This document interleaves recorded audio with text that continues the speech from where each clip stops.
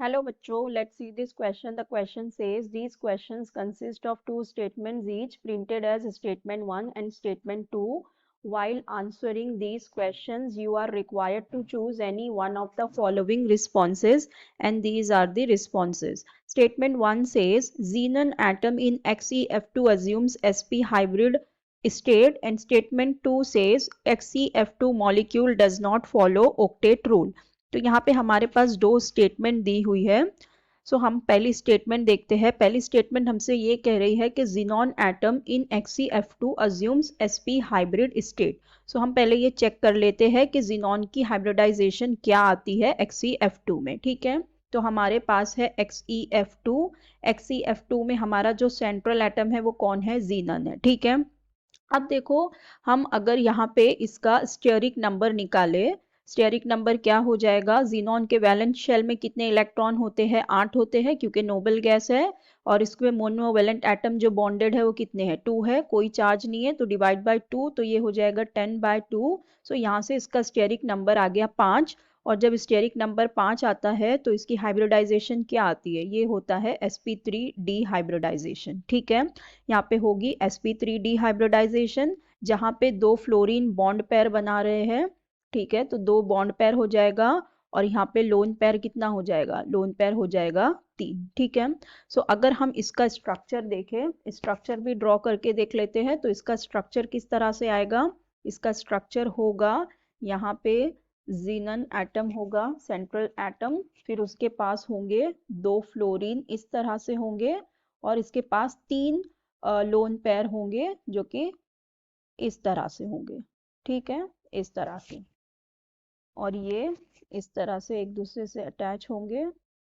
सो अगर हम इसकी ज्योमेट्री देखें, इसका अगर हम देखें शेप, तो ये क्या होगा?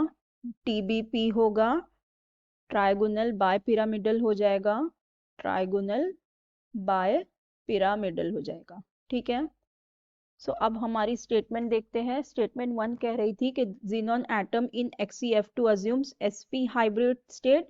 सो ये रॉन्ग हो जाएगा, sp हाइब्रिड में नहीं है, इसकी हाइब्रिडाइजेशन क्या है? sp3d हाइब्रिडाइजेशन है। ठीक है, हाइब्रिडाइजेशन है इसकी sp3d। तो ये जो हमारी स्टेटमेंट 1 है ये फॉल्स है। स्टेटमेंट 2 कह रही है कि XeF2 molecules does not follow octet rule. ठीक है, ऑक्टेट रूल का मतलब क्या? कि 8 इलेक्ट्रॉन होने चाहिए। ऑक्टेट रूल मतलब 8 इलेक्ट्रॉन। तो चलो देखते हैं।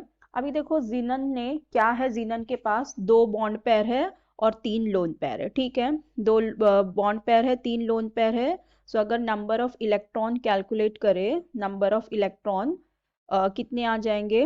बॉन्ड पेयर 2 है, तो एक बॉन्ड पेयर में कितने इलेक्ट्रॉन इन्वॉल्व होते हैं? 2 इलेक्ट्रॉन।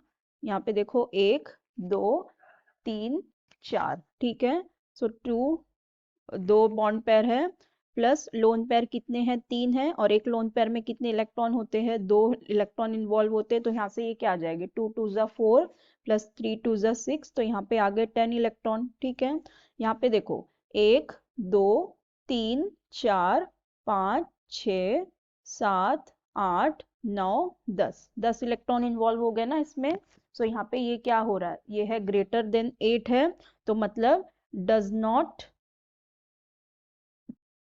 Follow octet rule. क्या हो गया? ऑक्टेट रूल को फॉलो नहीं कर रहा है, और यही हमें लिखा स्टेटमेंट 2 में, that XeF2 molecule does not follow octet rule. तो ये जो हमारी सेकंड स्टेटमेंट है ये बिल्कुल ही सही है, ट्रू है। सो स्टेटमेंट 1 फॉल्स है और सेकंड ट्रू है, तो हो जाएगा statement 1 is false but statement 2 is true. So हमारा करेक्ट ऑप्शन हो जाएगा option B. So I hope you understood it well. Best of luck. Thank you.